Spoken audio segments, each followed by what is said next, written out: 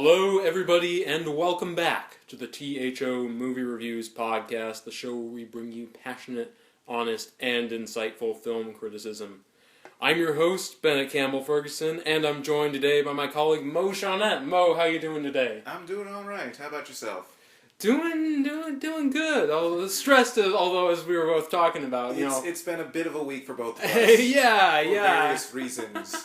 Various reasons, yeah. Which is probably why it's good that we're here, about to talk about movies. Or talk about movies as coherently as we can. As coherently as... Well, it's movies talking about politics, and I'll be honest, I'm a little sick of politics. I'll be honest, I have to admit I am too, yeah. Which brings me to our topic of today. We are, in fact, talking about some of our favorite political movies, because, all of you out there, we know you're tired of politics too, so we're going to talk about politics, Let's go into the fantasy world. Yeah. Because in the fantasy world, at least it ends after 90 minutes. This is the fantasy version of politics, where it doesn't, last, years of campaigning years of madness. Yeah. Oh, madness.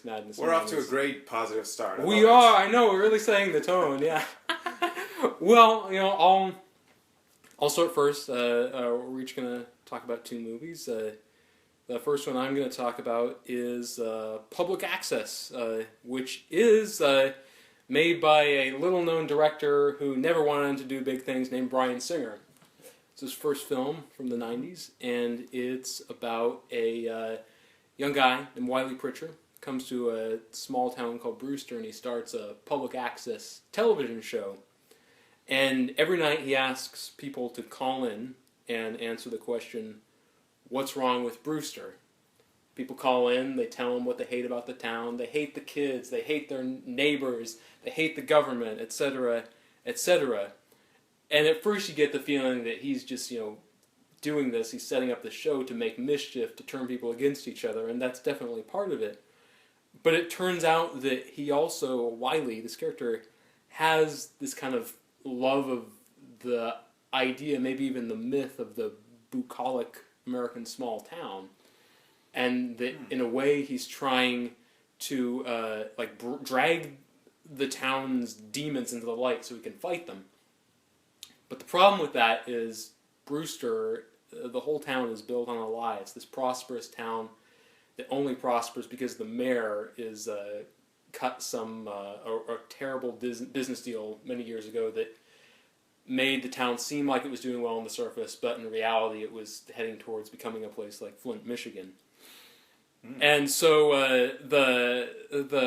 what ultimately happens in the film is that Wiley finds this out, but he chooses not to reveal it. He decides to do an interview with the mayor and make him look good to cover up what happened. And ultimately, the town goes bankrupt. Wiley leaves, and he's failed. He's failed to save the town, but he's by covering up this political scandal, he's sort of preserved the myth of the American small town and kept it from being sullied. And the reason I like that, if one can like such a disturbing saga, is that it's not what we call a happy ending. No, definitely not. What I find interesting about it is, I think, in politics, without getting into specifics, I think, there are times when, people are dealing with ideas that, maybe they like better in theory. And then, you get a character like, Wiley, who has this, holds the idea of the perfect, small town, that prospers and is, kind of old-fashioned and squeaky clean.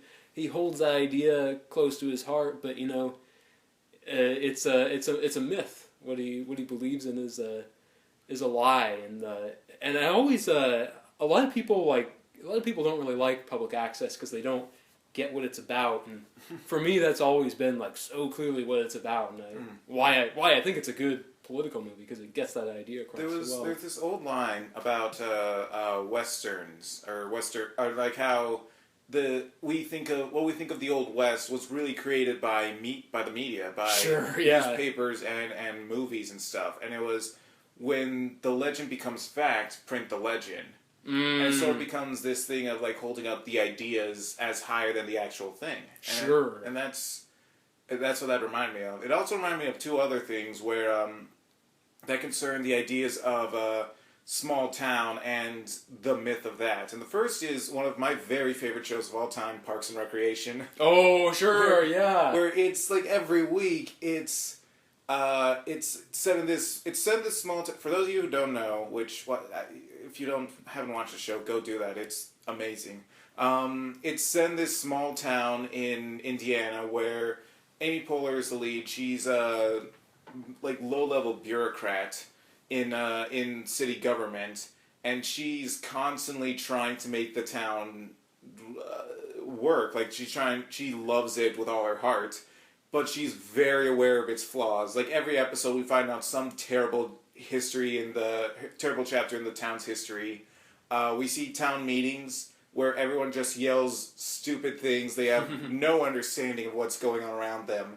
And Amy Poehler's character is, again, she knows like this place has a lot of things wrong with it, but she still gets up every day and she fights for it and she fights for the people. And there's nobility in that. The other thing is, and the other one is American Gods, the book by Neil Gaiman. Right. Soon to be a TV show on Starz. And this is kind of spoilerish. So I won't go into a whole lot of details because I like this spoiler, but it's at one point the main character hides out in a small town it's like Lakeside, Michigan or something like that, where it's like this is set in the early 2000s. Like 2003 is when the book was published. Like all the towns surrounding it are kind of going into decline, and not Lakeside. Lakeside remains prosperous. Lakeside is still it's still economically sound. The people there are still, for the most part, happy, and we find out why that is at the end of the book. And it's a pretty dark truth. It's a pretty dark mystery, and the question becomes: is it worth it to keep that going? Like the sacrifices that are being made to keep the town vibrant. Is that worth it? And I won't tell you how it ends up, but that's what this reminds me of. What the story you're telling reminds me of. Yeah, well, I think that's such an interesting conflict. I mean, judging by our conversation, it extends across so many art forms. Because like when you were just talking right now, I started thinking, that's kind of what Watchmen is. Yeah. The idea of of utopias, built on dark truths and built on sacrifices that make you wonder: do the ends justify the means? And if we're talking again like the failed utopia, my mind will always go to BioShock because I'm really obsessed with those games. But BioShock Infinite, it's this idyllic, just this version of the American ideal. But it's the American ideal circa 1912, so it's full to the gills of racism and historical revisionism. It's like, oh, it's totally okay that we massacred Native Americans because we were just building America. Or Abraham Lincoln was kind of a dick for trying to start all that fuss with ending slavery. Like, oh, man. Like, that's the world that Columbia is in BioShock Infinite. So... yeah. Yes. I lost the points there somewhere. Yeah. No. I mean, it's a good point, and I think it's an interesting. It's a really interesting thing to contemplate, and I think it makes the raises the question of do the ends justify the means, but is it worth it? And I think what a lot of these works of art get at is that. It may not be worth it because there's always a level of twistedness and corruption that enters in on trying to build the perfect world on this artificial foundation. Really. Yeah.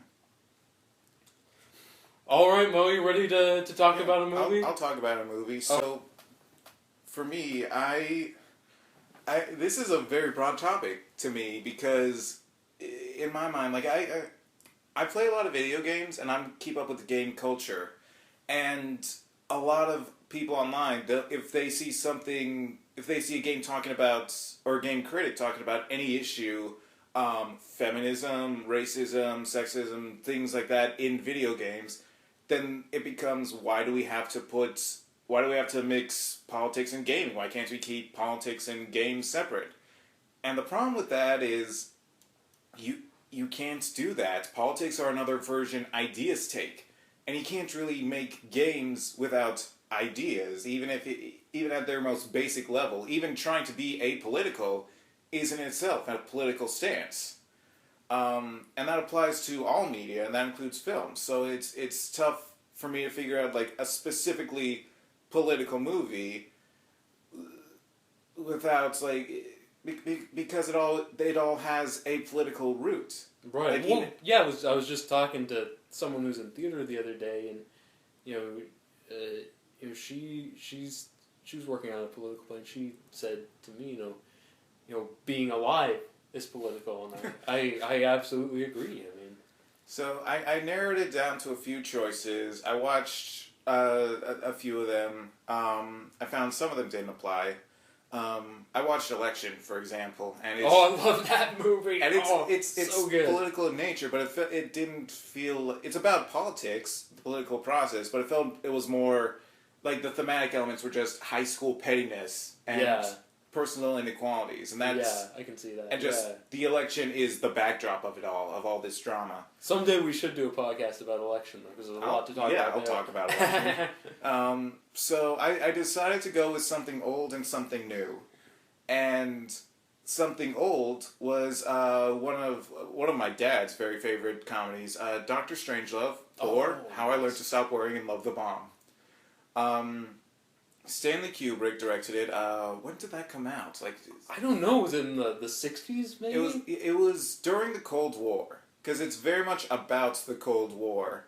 And the idea is that the story, for those of you who don't know, first, if you haven't seen it, again, go watch it. It's one of the funniest damn movies ever made.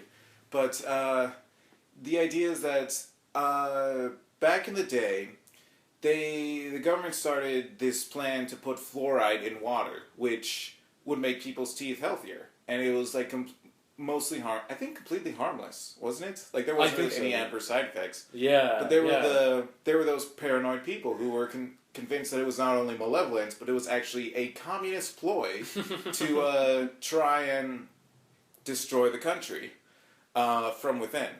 So. In Dr. Strangelove, an army general finds that in his old age he can no longer maintain an erection, and he blames it on fluoride in the water, and so he begins plans to attack Russia with a nuclear weapon. Oh. And everyone's panicking, trying to get this guy to stop it. The president is completely ineffectual. He's meeting with delegates from the USSR who are taking the opportunity to spy on the government from within, even though their country's about to be nuked. There's always miscommunication, and one of the things it ends up being is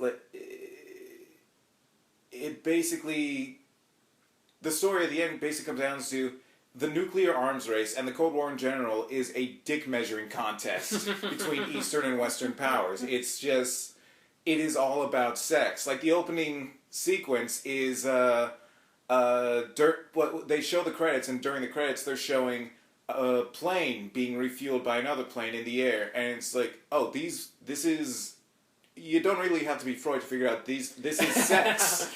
These are planes having sex in as much as they can, and it's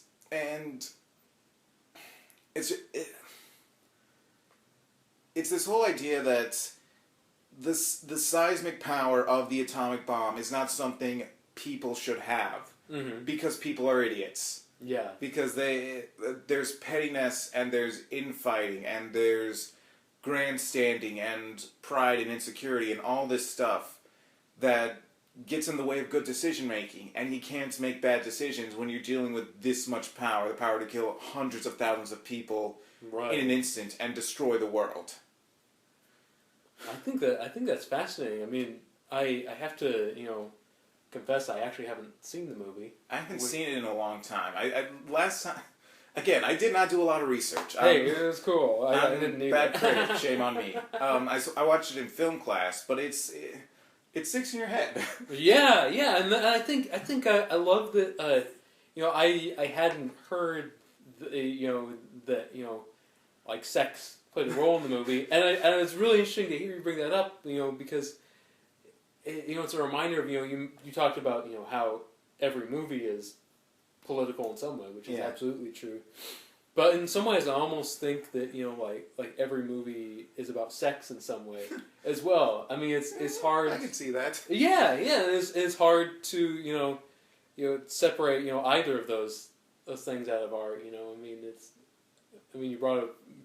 It reminds me of classes I had in school where it felt like I took a graphic novel class, and it felt like everything in every graphic novel we read had some kind of like Freudian thing. Like we were reading Arkham Asylum, and there's a scene where a spear breaks, and I think the professor said it was a metaphor for Batman being castrated, which is I think I thought that was a little far fetched, but I still that's a Grant Morrison book, so it might be. Dude you never that dude's know. out there. I mean, it just it reinforces it's. And and then of course, that's a timeless thing, like the absurdity of the arms race. But it sounds like it's making a really serious point as well. Not to. I'm gonna say the end because it's a brilliant ending. We find out that the Russians have their own doomsday device. That if a nuclear weapon goes off on USSR soil, it'll activate the doomsday device that sends nukes everywhere, like all over the world. That'll just destroy everything, and and so that's why it becomes a race to stop the guy from nuking Russia. And so once we find out that there's no going back, the bomb's already been dropped. They meet all the people who are gathered in the war room, which this is just an aside, but when Gerald Ford was elected president and he went to the White House, he asked where the war room was, even though it's not a real place. That's pretty great. It's a testament to the popularity of the film. Yeah, let's go with that. But or at least the imagery of it. Sure. Yeah. But everyone in the war room immediately is like, okay, we can build a bunker to survive the nuclear shelter. Let's figure out how many women we can bring with us into the bunker to repopulate the world. And as they're talking about this, the last thing that happens, the bombs start going off, and we see all stock footage of mushroom clouds and stuff. And the song that's playing is "We'll Meet Again, Don't Know Where." Don't know when, and it's delicious irony. Oh, that's pretty brilliant. So good. That's so funny, and I need to watch that movie again. I gotta watch it now too. Yeah. That's one I always feel guilty about not having seen, and now I'm like okay, it sounds like something I would enjoy. And Peter Sellers plays 3 different roles. I didn't know that. He's the president. He's one of the soldiers, I think, and he's Dr. Strangelove, right? Who's this old crazy ex-Nazi in a wheelchair, who's advising everyone on how to use Russian nukes, even how to use the nukes, even though he's out of his gourd, clearly. Gosh, that guy, I mean, he's so good. He is so good. Yeah. So what was your other movie? Well, I got one more, and as it happens, mine is also a comedy, a dark satire, but it's an Iraq War era satire. It's Paul Weitz's movie American Dreams, which right. I watched part of it, even though you gave me it for Christmas. Again, bad. No worries, no hard feelings. But I've seen parts of it, enough of it on TV. For sure, yeah, gotcha, yeah. Well, yeah, I mean, it's I think the best way to describe that movie is it's very much an artifact of the Bush era. It's it's got it takes place during kind of the height of American Idol's popularity. There's an American Idol type TV show hosted by a great character played by Hugh Grant. There's a president who's not like George W. Bush, but is kind of like him, played by Dennis Quaid. And for those of you out there who haven't seen the movie, the plot is that the president is going to be a guest judge on this reality show, American Dreams. But a terrorist organization decides to send a suicide bomber to compete on the show as a contestant and blow up the president during the championship round. And again, this is a comedy, so this is a movie that mocks everyone, but it gets to some really fascinating ideas that I love, and I particularly love how it plays with your expectations. For instance, the suicide bomber is this really incredibly likable guy, and he who really wants to more just be on the show than kill anybody. And at the climax, he in fact does not go through with it. And I think that was a pretty radical thing, for that point in history, and being a post 9/11 movie that had a sympathetic terrorist figure. Yeah. But then there's another twist in that there's a soldier played by Chris Klein, and there's a great joke of how he goes to Iraq and gets shot on his first day there, and comes right back home and is hailed as a hero. And people are talking about he was a war veteran and stuff, and he was just there one day. And it's and Chris Klein, who of course was again election. He was in that, and Chris Klein's so great at playing these naive, likable dummies. Yeah, likable dummies. Yeah, that's what he does best. And his story in this film is that he's in love with one of the contestants, and she agrees to marry him just to manipulate people into voting for her. And when he finds out that she doesn't love him, he in fact at the climax of the film picks up the bomb that the terrorist was going to use to blow up the president, and puts it on himself and says he's going to blow himself up. And here's where the movie gets really political. He has this great line where he says, "I guess you think I'm stupid. You all think I'm pretty stupid." And even though the character is a joke, it becomes a very, very serious metaphor for what I think is the tragedy of the Iraq War, that so many people were sent to die needlessly to take nuclear weapons away from a country that had no nuclear weapons. And the movie really embodies that tragedy in a lot of ways. And we were talking before about kind of seemingly perfect worlds built upon uncomfortable truths, and that's a lot of what this movie is about. In the end, Hugh Grant's character sacrifices himself to make sure no one else is destroyed by the bomb.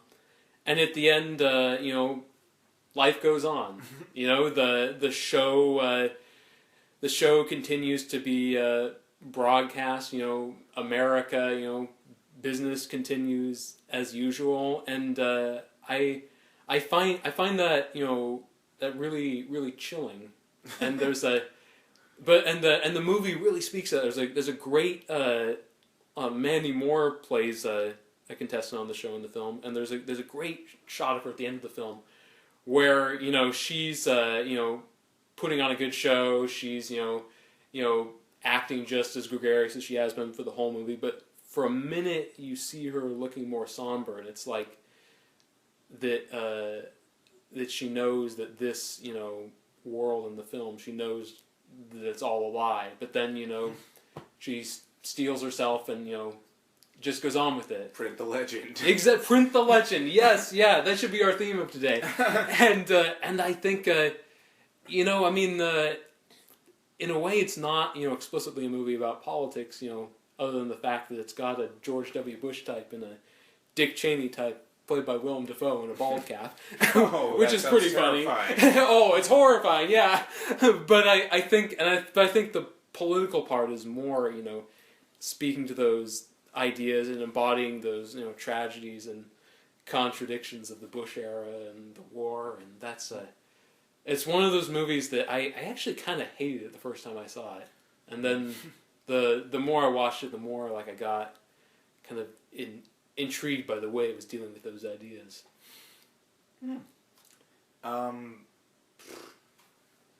I got nothing.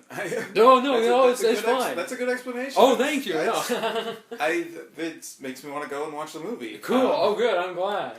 And I'll watch Doctor Strangelove.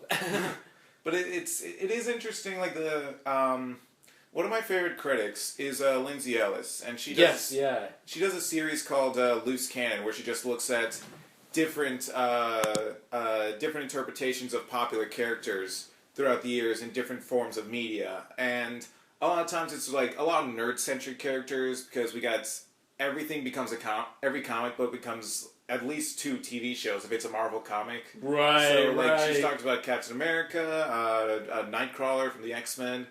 She talked about the Wicked Witch of the West. That was interesting. And for one episode, she decided to look at an event and have people who contribute to her series, because she's got a Patreon, have people who contribute vote for which event she wanted to talk about, and they voted for 9/11. And so it's like, and so it was a 2-part episode, because there's just so much to talk about just in the past decade, just how 9/11 hangs over us as symbolically in a lot of movies, and then just literally how it becomes the focus in a bunch of stories. And it is interesting just how in the post 9/11 world we a lot of audiences expected, in terms of realism, kind of going on 2 ends of the spectrum, like 2 sides of the same coin. It's either complete fantasy, because in like post 9/11, Lord of the Rings was huge. Yeah, you're absolutely right. Yeah, I think a lot of that was like we got this. A whole country shell-shocked. They wanted an escape where it's just, here's the good guys, here's the bad guys. Good guys win, bad guys lose. You can really tell which one is different by the color of the hat they wear. Yeah. That whole thing. But he also got really realistic movies, like stuff on the ground. Like the one she keeps bringing up is War of the Worlds. Oh, interesting. Steven Spielberg's version, because the original War of the Worlds, the book, was about like turning a mirror towards imperialism, like the idea of a different foreign power of immense strength coming in and just deciding we own this land. Mm-hmm. And that doesn't apply as much in the 21st century, because we kind of stopped imperialism, ideally. I mean, it's not completely gone, but it's not as much of like a talking point. So it suddenly becomes more implicitly about September 11th, not just in the imagery of like this one scene where Tom Cruise is looking in a mirror, he's covered in dust, he realizes it's not dust, it's ashes of all these people who got burnt, who are like just reduced to nothing, and he kind of freaks out. But also the idea of being the victim of an attack and wanting to do something about it and kind of not being able to. You can't hit back, right? And that kind of captures definitely a lot of the mood of the country at the time. Yeah. Even though this was like 4 years out from 9/11, that was still there. Yeah, and it. I mean that idea, I think, continued to ripple, and I mean the Dark Knight, for example. I mean that's very much a post 9/11 movie, and that was even 3 years after War of the Worlds, and I mean, I could probably think of even movies this year that still play into those issues. Yeah.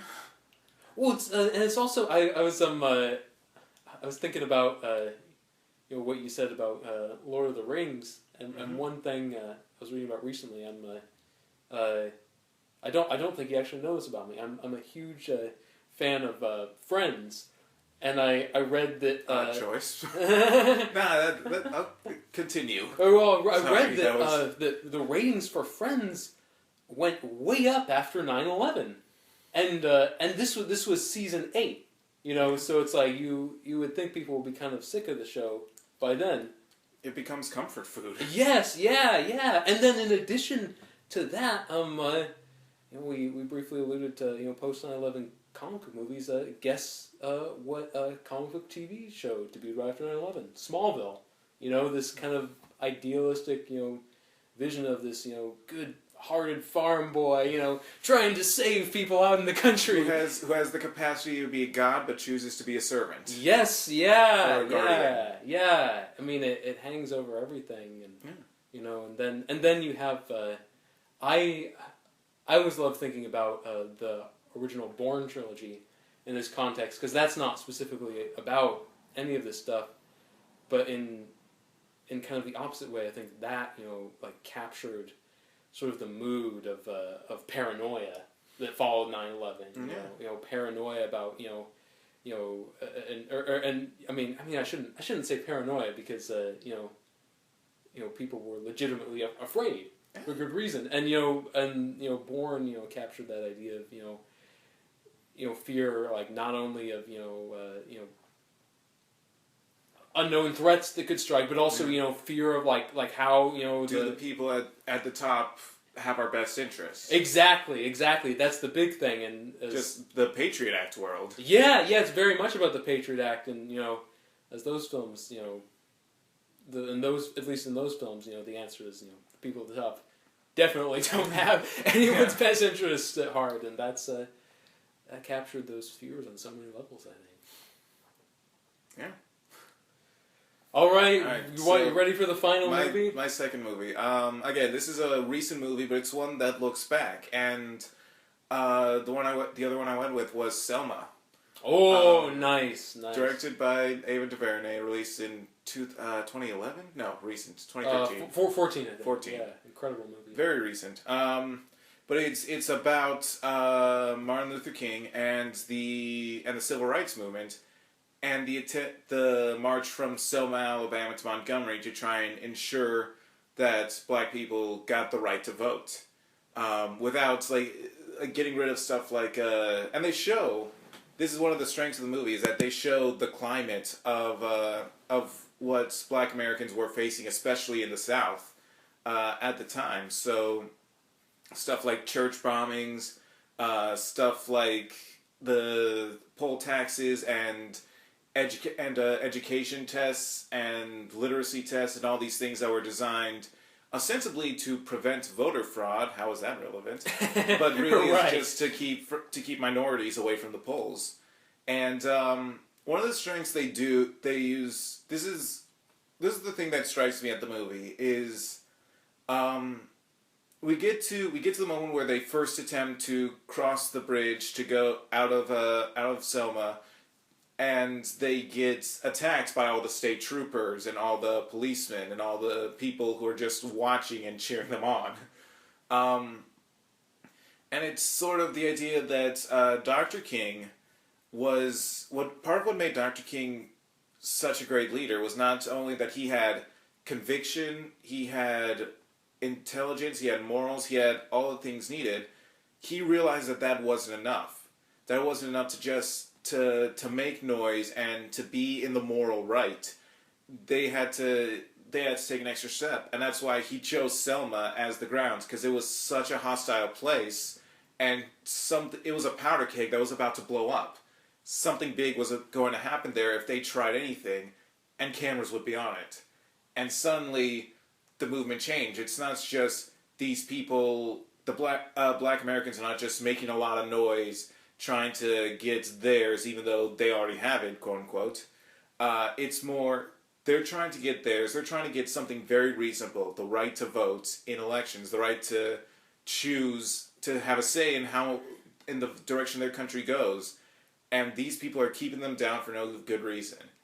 And it's that use of the media and that savviness that's what helps put them over the top, that gets them support from all over the country.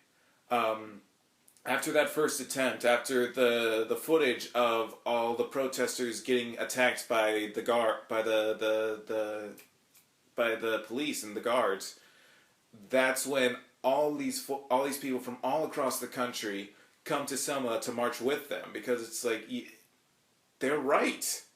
They have these people are right, and they march with them from to Montgomery for the right to vote, and that's what strikes me as interesting. Like we again, it's this idea of like the image and the seedy underbelly, and it's the image that we have people who are crusaders, who are believers, who have conviction and the moral right, and people see them and listen and they understand. In reality, it's not that simple. It's not. It's rarely just like people rallying behind an idea. There's got to be some more to it. And in Selma, they're presented as media savviness. It's the understanding that this is it's a new culture with television, because it was still relatively recent at the time. Like this was late 1960s. Television became a thing in the 50s.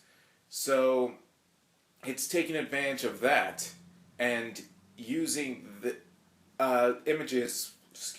using images that can just be beamed into people's homes to change their minds, and that strikes me as interesting, and that's something that I really like about the movie. I agree. In fact, I think it's something I really like about the movie too, and a huge part of why I think it's so brilliant. And I mean, I think like a lot of people, I got like taught a very simplistic version of Dr. King's life in school, and and that's why the movie was so striking. Kind of seeing the strategy, seeing the planning, and the foresight, and knowing if we take this action, it's going to have this effect. This is the impacts that they're trying to make. Yeah, and it was really, I thought seeing the movie was a really moving thing to see, and seeing that, I think like you said, he and everyone with him is in, the moral right, but he's also smarter than the people he's up against. He understands the world in a way they don't. What you have to do to change it. Yeah. It also, one other scene that's like I kind of forgot about the first time I saw it, but that struck me as interesting when I watched it again. There's a bit at the end where President Johnson, LBJ, is basically trying to maintain order, and he calls in Alabama Governor George Wallace to talk to him about what he's trying to do, and he basically just asks him, "Why don't you just give them the right to vote?" Right. And George Wallace says, "I'd love to, but it's not up to me. It's up to the Senate, and it's up to the council, and and he's making excuses, and that's still relevant in some ways. It's because even back then, it seems like ideas of racism weren't fashionable, Right. and so people kind of hid it under all these different arguments. That's something that is still true today. You see it on the news. Like anytime people are gonna say like there's more people of color in prisons, they're going to point to statistics so that they don't sound like racist, so they don't sound like, oh, people of color are just more prone to committing crimes. Right. It's either, but you got to take a stance on that. It's either people of color are more likely to commit crimes, or there's a system in place that is more likely to abuse people of color and prosecute them to the fullest extent for any mistake they might make. Right.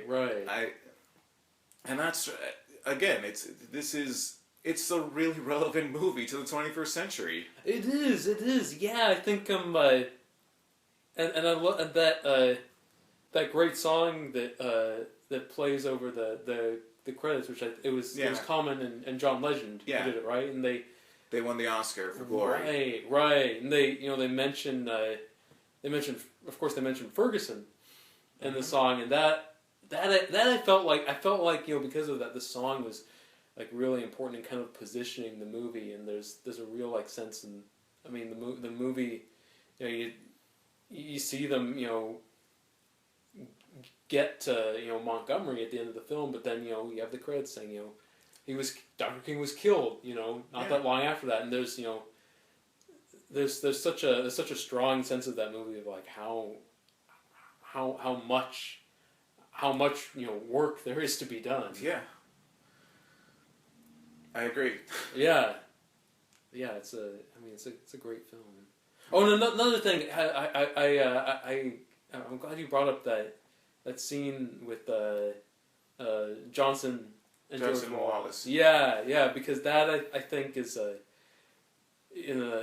one of the most revealing and terrifying scenes in the movie. The idea that when he's asked, why don't you just let them vote, and he, like even when he's just straight up asked the question, and it's all these ludicrous excuses, and that's I think like when you fully see like the depth of the hatred and the awfulness, and it's really horrifying, and it's really I think it's really honest about people like that. It's this idea that like, oh, it's not me, it's the system. It's like he's part of the system. He's aiding it by not fighting it. He is aiding its process. Yeah. He's an instrumental part of it. I mean,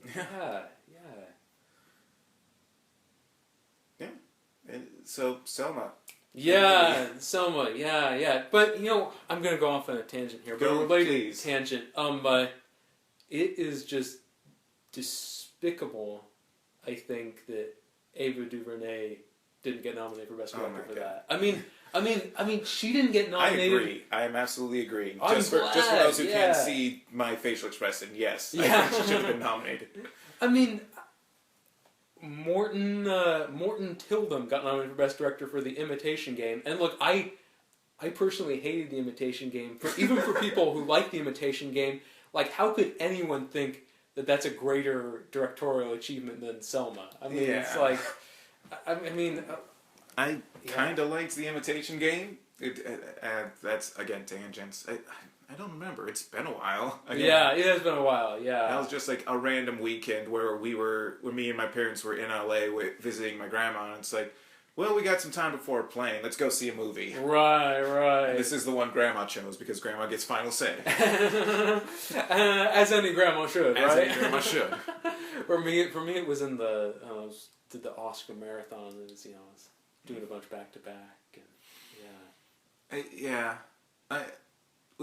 one of the things that's, again, this is another change. This is something I've been thinking about, because a lot of the stuff that I like that has politics involved isn't in movies.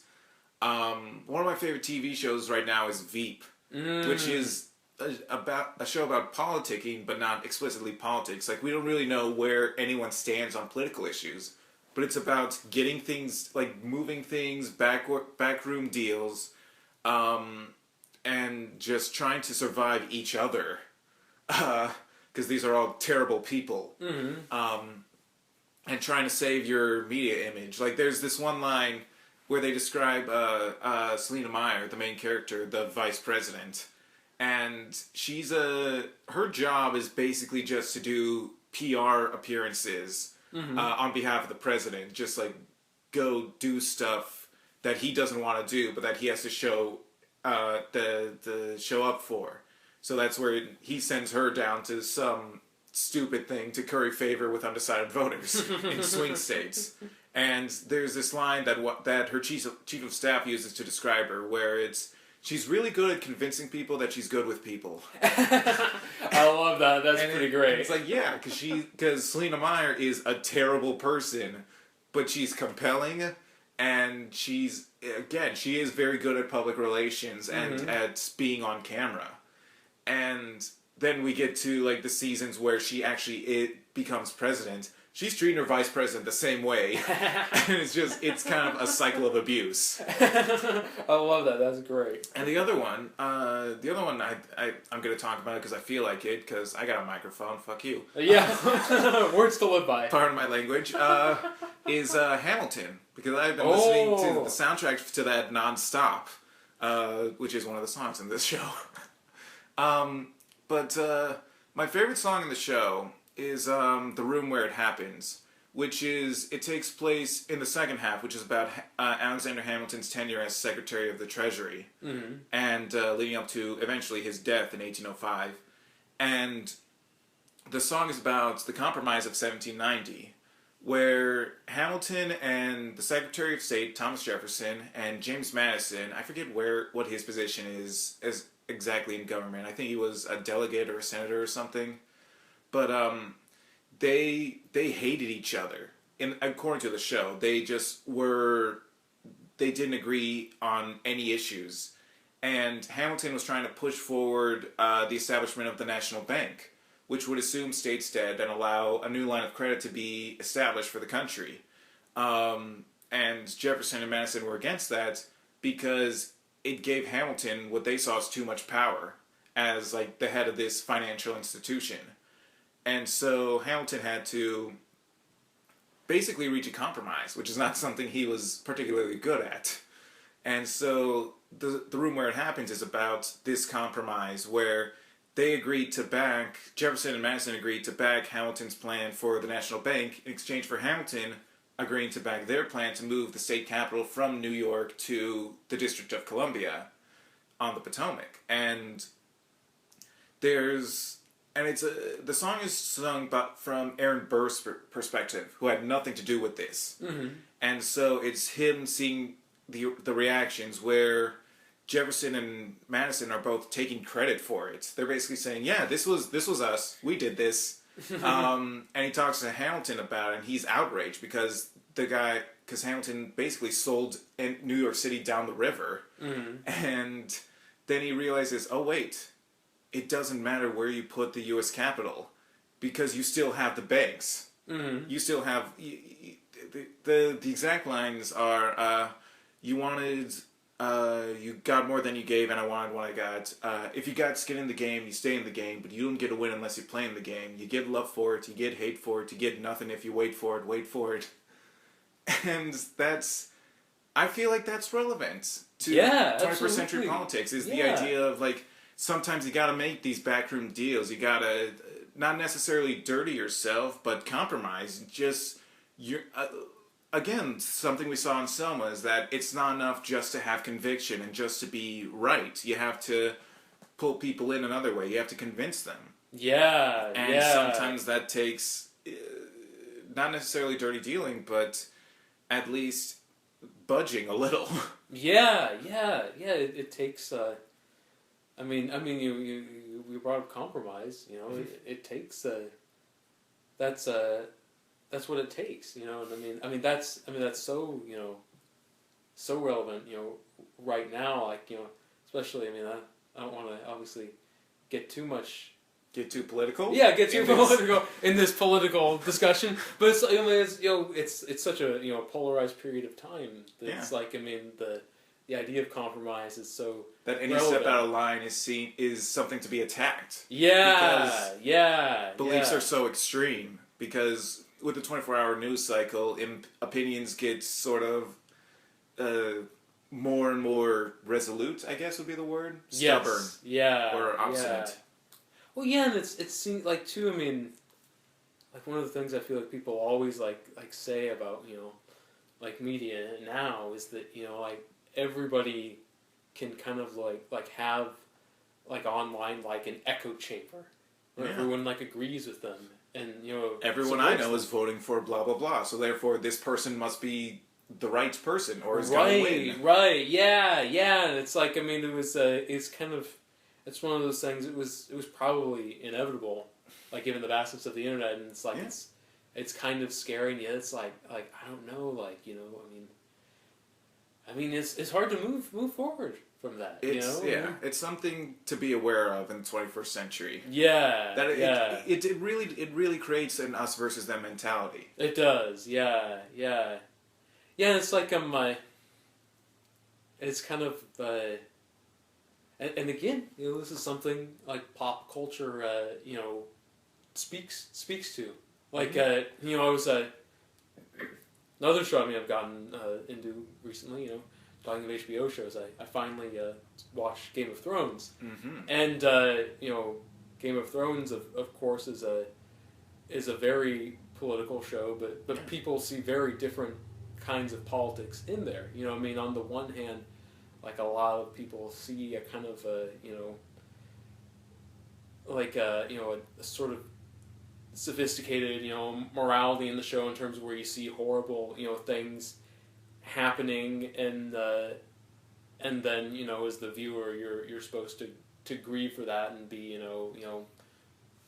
just like horrified, like all the violence and the betrayal, the chess gaming, for lack of a better phrase. But then again, there are other people who kind of see it as like very much the embodiment of that us versus them mentality, and how it's it's a story about in a world where the only thing that seems to matter is strength, and the person who's the most brutal wins. And it's just pop culture is really probably has always been this colossus of every political idea. That was the thing about Game of Thrones going in for when George R. R. Martin was writing it, was that it's not a black and white morality world. It's shades of gray. It's like everyone compromises, everyone does bad things, even the heroes, and those actions have consequences. Your example, and this is going to be spoilers, but it's season 1 spoilers, so if you haven't seen it already, is Ned Stark. Yes. And on the surface, Ned Stark is like, he's the guy he was our moral center. He's a good person who's in this world of gray areas and betrayals and secrets and lies and all this stuff. And it ends up killing him. Yeah. And it's like, oh, this is just an unjust world, and he couldn't survive in it, and something like that. But then you realize, you look at the actions he took, and it's like, he didn't directly bring this on himself, but what happened to him is partially a result of his own actions. Yes, it is. There's a scene, him taking his friend's. The king is dying. He's taking his will. He changes the will. Right. He changes just a little bit of the wording of it, and then suddenly it kicks off this chain of events that ends with him dying. Yeah. And so and then the other thing is, again, it's everyone is shades of gray. We like Tyrion, but he might be opposed to Daenerys. Yes. And we like Daenerys, but she might be opposed to the Starks, and we like the Starks. And it's all these people. There are truly evil characters, and there are truly good characters, but the vast majority are shades of gray. Yeah, yeah. Well, yeah, and I think I always think like Cersei is a good example of that, because Cersei is a really despicable character in many ways, and yet you can kind of you empathize with her. You do, because she's a product of the world she grew up in. She's a product of the kind of oppressive, misogynist world order that the show depicts. She's the most powerful woman in this world, but she's still treated as lesser because she's a woman. Yes, yeah, and you have to feel for her, I mean, because you may not like Cersei, but she is one of the most engaging and interesting characters on the show. Yes, yeah. I mean, again, spoiler, I rooted for her when she set off the wildfire. I mean, it was horrible, but there was there was a moment where I was like, yeah, good for you, That's the great thing about Game of Thrones. It can make you, it turns you into a bloodthirsty person. Yeah. I mean.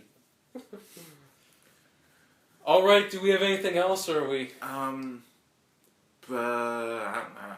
good. I think I'm good too. Well, sorry, this was unfocused. No, I think we pulled it off, especially considering that we both had crazy week, turbulent week, shall we say? Let's go with that. Yeah.